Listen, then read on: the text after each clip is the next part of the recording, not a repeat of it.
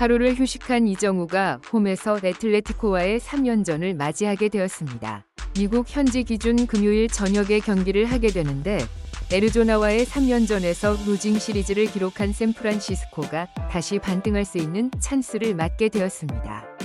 팀 평균 자책점이 5점대인 아메리칸 리그에 속한 애틀레틱을 상대하기 때문입니다. 애틀레틱의 승률이 5할이긴 하지만 개막 초반에 선전을 펼쳤지만 최근엔 점점 페이스가 떨어지면서 계속 루징 시리즈를 기록하고 있는 팀입니다. 직전에 다저스와의 3연전에서도 1승 2패를 기록했고 특히 전날엔 김혜성이 한 경기 홈런, 도루, 이볼넷 등 맹활약을 펼치고 무려 19득점을 터뜨리면서 애틀레틱을 초토화시켜 버렸습니다. 충격적인 패배 때문에 샌프란시스코와의 경기에도 영향이 있을 수밖에 없는데 문제는 이정우가 상대할 선발 투수가 당연히 다저스전에 출전했던 투수가 아니고 사이를 푹 쉬고 샌프란시스코전을 대비한 애틀레틱의 에이스 투수라는 것입니다. 샌프란시스코 자이언츠가 패배하는 것도 좋지 않지만 더 중요한 건 이정우의 타격 성적이죠. 5월 성적은 분명 좋다고 볼 수 없지만 최근 4경기에서는 반등할 기미를 보이는 타격을 보이고 무엇보다 4경기 연속 안타와 2경기 연속 홈런으로 장타가 재생산되면서 이정우의 미니 슬럼프가 끝날 조짐이 보였다는 것입니다. 이정우는 3번 타자로 출전하게 되었고 타순도 변화가 있었고 피츠제럴드도 부상에서 복귀를 했습니다. 이번 경기 선발 투수인 로고랩은 1회 초에 3명이 타자를 깔끔하게 요리했고 이정우는 1회 말 투아웃 주자 없는 상황에서 타석에 올랐습니다. 오클랜드 투수는 공 자체가 강력해 보이진 않았지만 1, 2번 타자들이 쉽게 물러났습니다.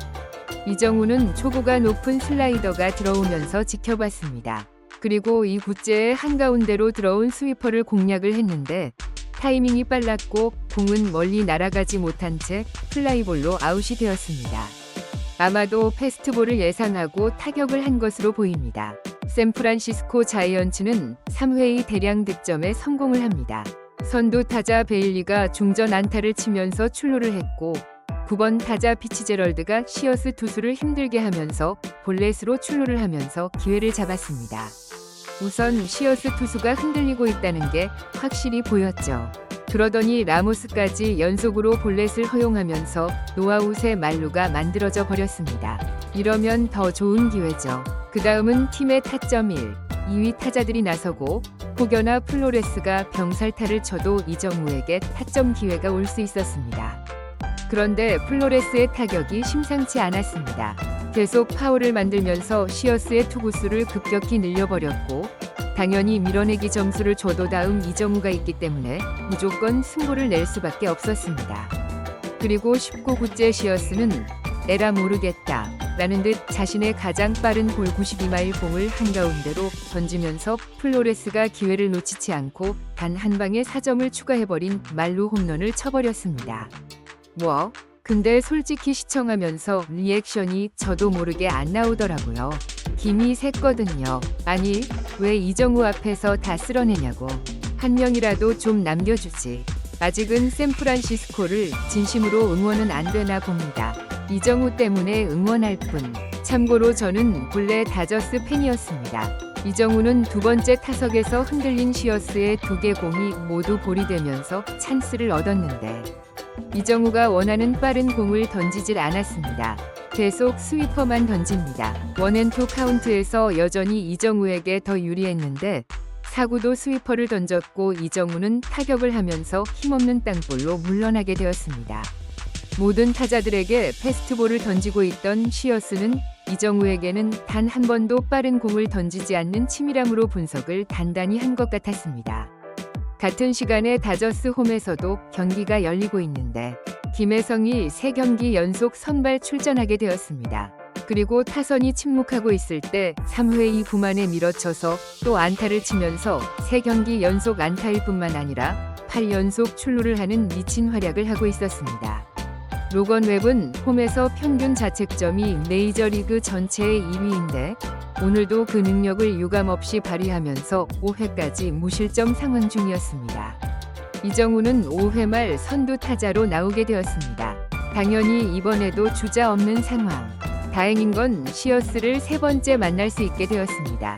이정우는 투수를 세 번째 만나게 되면 안타 칠 확률이 굉장히 높았거든요. 시어스는 이정우를 상대로 구종의 변화를 주면서 이정우를 더 어렵게 만들었습니다. 패스트볼을 선택하면서 카운트를 잡은 겁니다.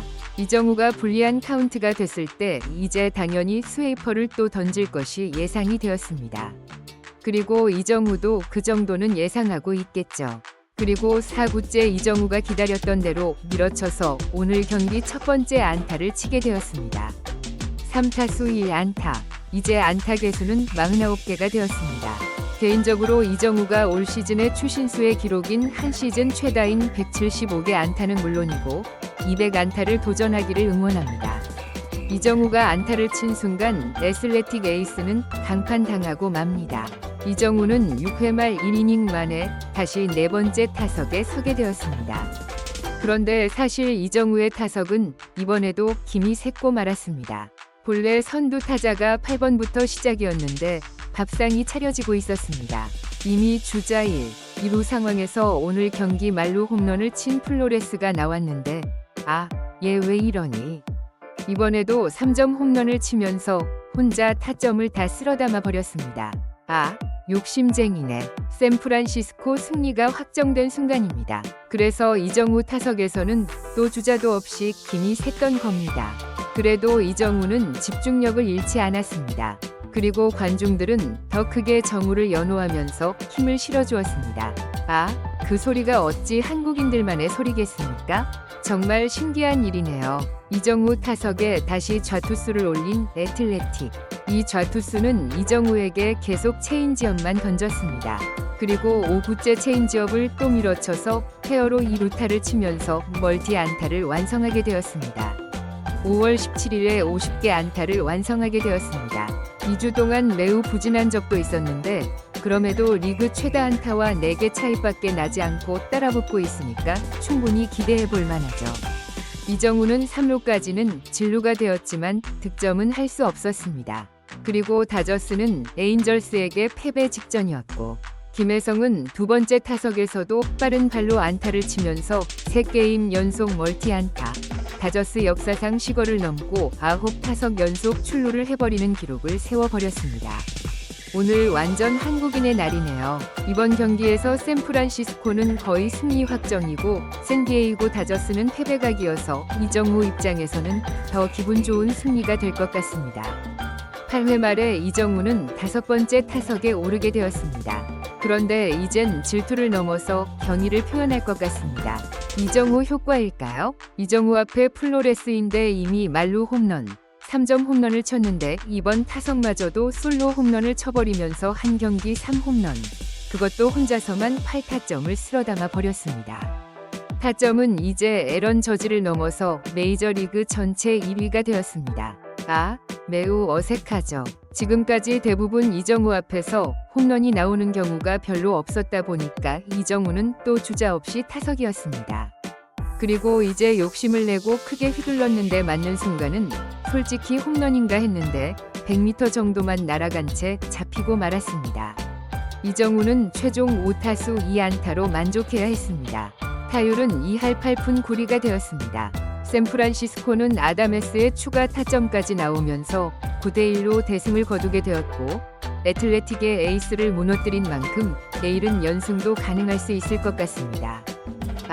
투수가 문제죠. 이정우의 연속 멀티안타 파이팅.